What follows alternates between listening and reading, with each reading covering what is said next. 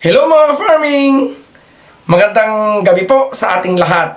So now I will make my first video na kung dati-dati nakikita niyo akong gumagawa ng mga video about sa pag-aalaga ng backyard poultry, backyard livestock raising, growing tomatoes, rice, sili, di ba? Kamatis, string beans. Ngayon, ako po ay gagawa ng video patungkol sa trend ngayon, which is the May 2022 upcoming election. Ngayon, during October 1 to October 8, it is the filing of Certificate of Candidacy or COC. And I would like to open the eyes and understanding of everyone bilang pagbabahagi ng aking pananaw, paniniwala bilang ordinaryong mamamayan ng bansang Pilipinas.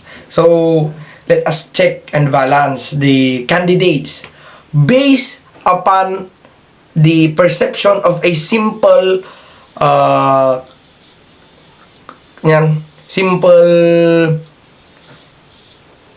One eternity later. simple citizen. Simple citizen of a country. Okay lang. Simpleng tao, simpleng mamamayan. Yung pananaw na kung hindi saan hindi nag-research or kung ano-ano pa. But I see to it na hindi naman mga fake news ang aking mga masasabi. So, i-check natin yung mga candidates. Una, Manny Pacquiao. Kalawa, si Mayor Yorme Isko Moreno. Ikatlo, Panfilo Lacson. Ikaapat, Leni Robredo. Ikalima, Sara Duterte. At ika-anim, Bongbong Marcos. So, siya lang po ang bibigyan natin ng pagkakikilala bilang isang ordinaryong mamamayan. At doon ako magbe-base kung sinong pipiliin ko lang. Ha? Kasi marami ang nag-file. Most of the time naman, nagiging nuisance candidate naman yung mga yan. So, unang-una, magbigay tayo ng reaction kay Manny Pacquiao. Manny Pacquiao, sino nga ba si Manny Pacquiao? A man who brought glory to the Philippines by becoming the only boxer who nakasungkit ng 8 World Division.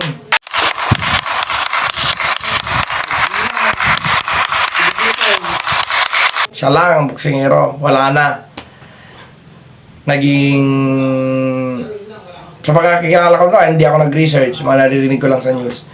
Manny Pacquiao naging congressman, naging senador, at ngayon tinatarget niya yung pinakamataas na posisyon ng bansa, maging presidente. Manny Pacquiao is always being a helpful man. Marami siyang natulungan, wala tayong masabi dyan. Marami siyang, nung pandemya, di ba? Marami siyang mga pinahirap na gamit niya, balitang-balita yan. Doon ko siya nakilala, Manny Pacquiao. Okay lang, disclaimer po ulit, ito po ay sarili kong opinion at pananaw sa bawat kandidatong tumatakbo. Nililinaw ko lang po, hindi pa ako DDS, hindi pa ako Marcos loyalist, at hindi rin pa ako dilawan. Ako! Bakit si Leni Robredo? Ay, siya ang gusto ko. Bakit nga? Walang dahilan? Yun ang gusto ko, yun ang puso ko. But today, I will choose my candidate based upon my own observation, sa pagbabasa ko at saka sa pakikinig ko sa kanilang mga plataforma. Plataforma ni Manny Pacquiao, bigyan ng pabahay, ihawon sa hirap, sugpoy ng korupsyon. Luma na. Kalawa, Yorme, konsihal ng Maynila, dire-diretso, Vice Mayor, tumakbong senador, natalo, tumakbong mayor ng 2019, nanalo. Tinalo niya si Erap, tsaka si Lim. So si Yorme naman ay tumatakbo ngayong presidente, gumawa ng ingay sa social media sa paglilinis kuno ng Maynila. Pero hindi natin alam kung totoo nga kasi hindi naman taga Maynila. But then, dun siya nakilala, Yorme Isko. Katlo, si Ping Lacson. Bata pa lang ako, senador na yan. According sa mga nababasa ko sa news at saka sa mga maaga niya mga advertisement, he is a former PNP chief. man of integrity, tanging senador na hindi kumuha ng pork barrel na na fund. Siya lang, siya ay man of integrity. And then ikaapat, Leni Robredo, ang ating Vice President na asawa ni JC Robredo, na nagkrasang eroplano, tumakbong congressman, tumakbong VP, tinalo niya si Bongbong Marcos noong 2016 national election. And then ikalima, the presidential daughter. Ano nga ba yung si presidential daughter? Si Sara Duterte, siya yung pinupush ng mga DDS talaga to succeed the position na babakantin ng kanyang ama. Wala pa siyang pahayag, but kinukonsider natin siyang kandidato dahil siya lagi ang namumuna sa survey. So wala pa siyang mga plataforma, pero nakita naman natin na ang kanyang background when he punched the face of the sheriff.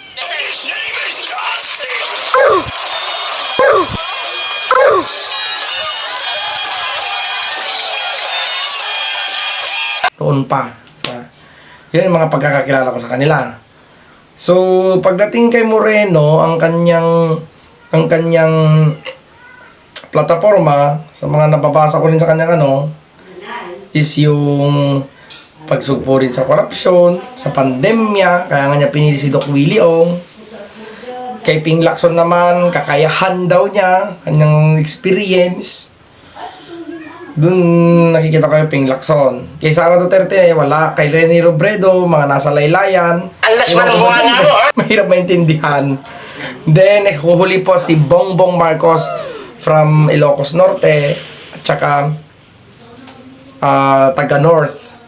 Siya lang ata ang kandidato from North. So, ngayon,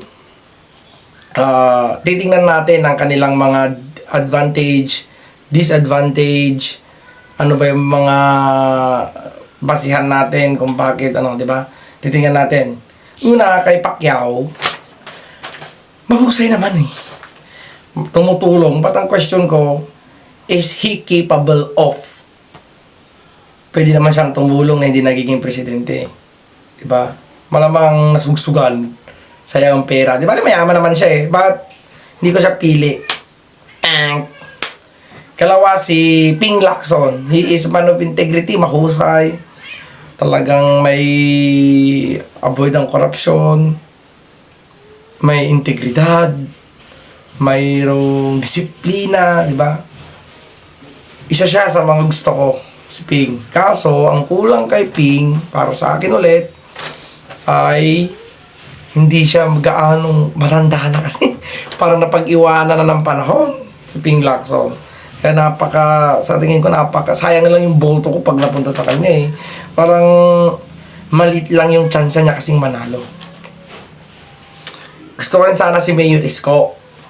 Mayor Isko, kaso lang, talagang mahusay. Prangka, makamasa. Mayor Isko, makamasa. Ang nakita ko lang doon, para gaya ng mga prutas, hinog sa pilit. Hindi pa siya hinog. Para sa akin po ulit yun. Huwag pong sasawang loob niya sa akin. Kay Leni Robredo, ever since, hindi ko talaga ito gusto. gusto mo mamaya ng Ever 45? since, hindi ko siya gusto. Why?